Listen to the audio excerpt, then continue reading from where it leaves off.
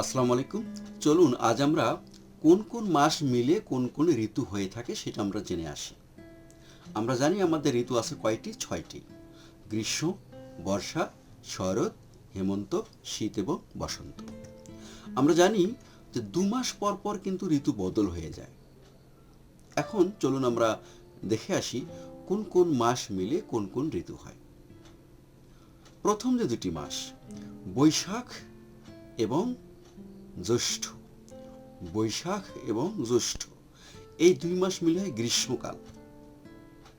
খেয়াল রাখতে হবে, বৈশাখ এবং জ্যৈষ্ঠ এই 2 মাস মিলে হয় গ্রীষ্মকাল।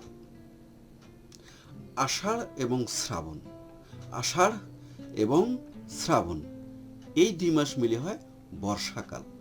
ভাদ্র এবং আশ্বিন, ভাদ্র এবং আশ্বিন এই 2 মাস মিলে হয় শরৎকাল। ভাদ্র এবং আশ্বিন এই 2 মাস মিলে হয় শরৎকাল। কার্তিক এবং অগ্রহায়ণ, কার্তিক এবং অগ্রহায়ণ এই 2 মাস মিলে হয় হেমন্তকাল। পৌষ এবং মাঘ, পৌষ এবং মাঘ এই 2 মাস মিলে হয় শীতকাল। সবশেষে ফাল্গুন এবং চৈত্র, ফাল্গুন এবং চৈত্র এই 2 মাস মিলে হয় বসন্তকাল। তাহলে চলুন আরেকবার আমরা জেনে আসি।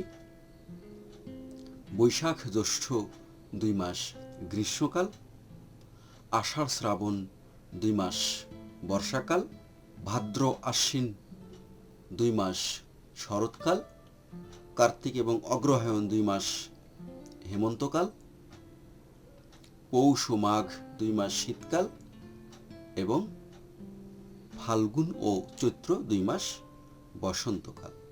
আজ এ পর্যন্ত, সবাইকে ধন্যবাদ।